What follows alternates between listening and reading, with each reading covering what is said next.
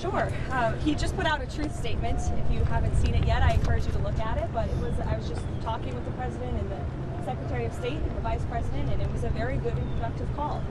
It lasted more than 2 hours. There were various issues that were discussed. President Putin congratulated President Trump for solving the conflict in Israel and Gaza and bringing peace back to the Middle East. He also thanked the First Lady for her efforts to bring back children and save children in this brutal conflict. And the president feels like great progress was made on this call. They also agreed to have a high-level senior staff meeting convened as early as next week, which will then be followed by a meeting very likely between President Trump and President Putin as well. They talked about Budapest as being a location for that. So as you all know, President Zelensky is coming to the White House tomorrow, so these discussions will continue. And frankly, I think the president deserves great credit. He literally just got off of a trip to the Middle East where historic peace and accomplishments, seeing the hostages return out of Gaza. These are major foreign policy accomplishments that so many people around the world thought could never be achieved. And so I think the president deserves a great deal of credit for doing that, coming home, dealing with so many domestic issues, and then again hopping on yet another call with President Putin and hosting President Zelensky again at the White House tomorrow to try to move the ball forward in peace and end this conflict in Russia. Caroline. Thank you. After their meeting in Alaska, the president was optimistic that he could get Zelensky and Putin together in a room. Does he still believe that he can get the two leaders together sometime soon? I think he thinks it's possible, and he would, of course, love to see that happen. But right now, there were discussions and plans are now being made for the Russian side and our folks, led by Secretary of State Marco Rubio, to meet, and then for President Putin and President Trump to perhaps meet again. But I don't think the president has closed the door on that at all. And when is he going to meet Putin? You said in Hungary, possibly when? Well, this call literally just happened, so we will provide you with more details as soon as we can, I promise. On that call, did Vladimir Putin commit to sitting down with President Trump and President Zelensky? He committed to sitting down with President Trump, as President Trump's truth post put out for you. And what did he say what it would take for him to be willing to sit down with Zelensky finally as well? I don't want to get into that, but as I just said, the president and President Putin discussed meeting together in Budapest, and President Trump will talk about that opportunity with President Zelensky when he's here at the White House. And Zelensky when he's here at the White House tomorrow. Does President Trump believe any conditions have changed to make a second meeting with Putin better, more successful than the Alaska meeting? I think the president is always willing to take a chance at diplomacy, and this war, he has always said, is going to have to end at the negotiating table, and so he never gives up, and he's willing to pursue it, and that's what you're hearing from the president. Caroline, I have a question on the cartels. So yesterday we learned that at least the fifth strike on a boat off the Venezuelan coast took place. We know that the Trump administration has previously said that they're in armed conflict with the people that the administration is striking. Who are these people? And don't you think not only the people, the American people, but lawmakers do their people going on? Narco-terrorists who are trafficking drugs illegally to the United States of America. That's who we're in a conflict with.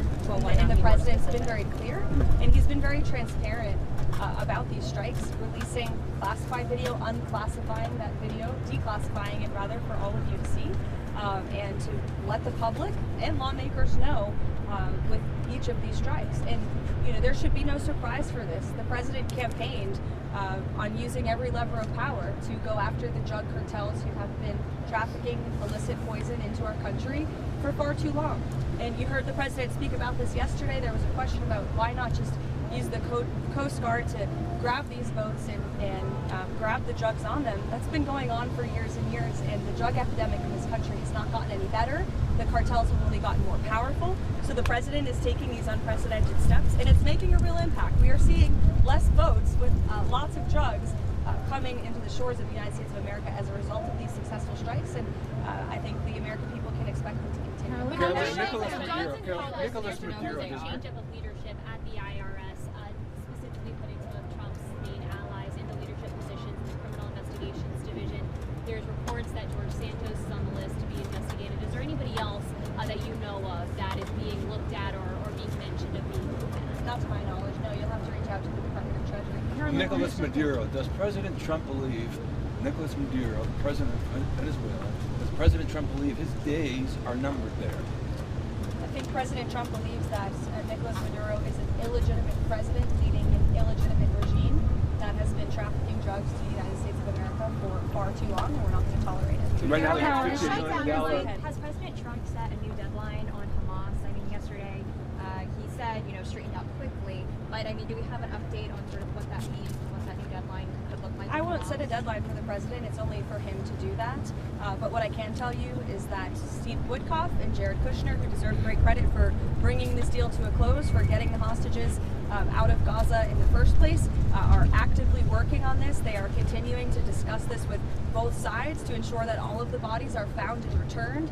And I speaking with them about this yesterday. I know there's been a lot of reporting about the slower pace of bodies being returned to Israel.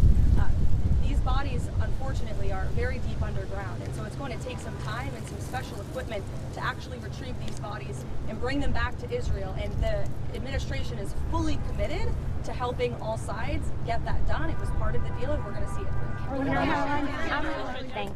Does the White House have a response to the court case that prevented your shutdown RIFs going through? Does that take away the president's leverage to end the shutdown? I'm so glad you asked, because I have a very strong response. This is another far-left partisan judge who was smacked down by the Supreme Court in July for ruling on this exact same thing.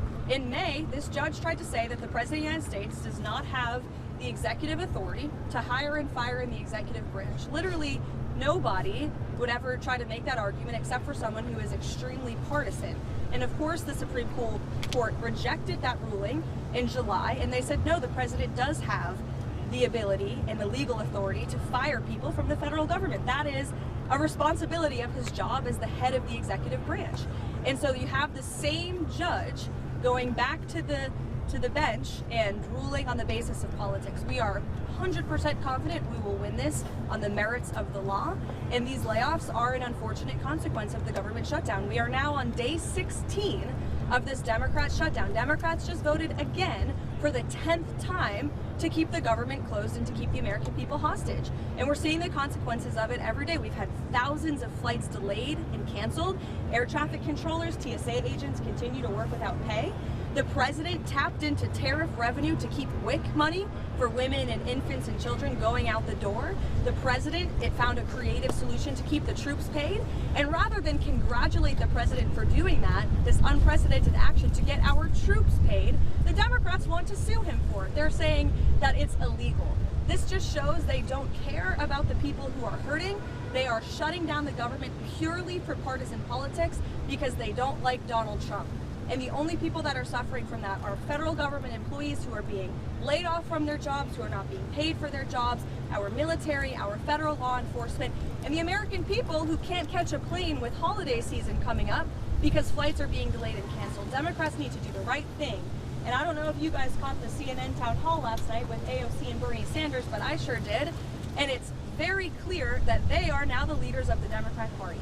And the Democrats are in complete disarray. And we hope a few moderate Democrats with some common sense will step up to the plate and do the right thing to vote to open the federal government. Thank you, Caroline. Caroline, can you talk about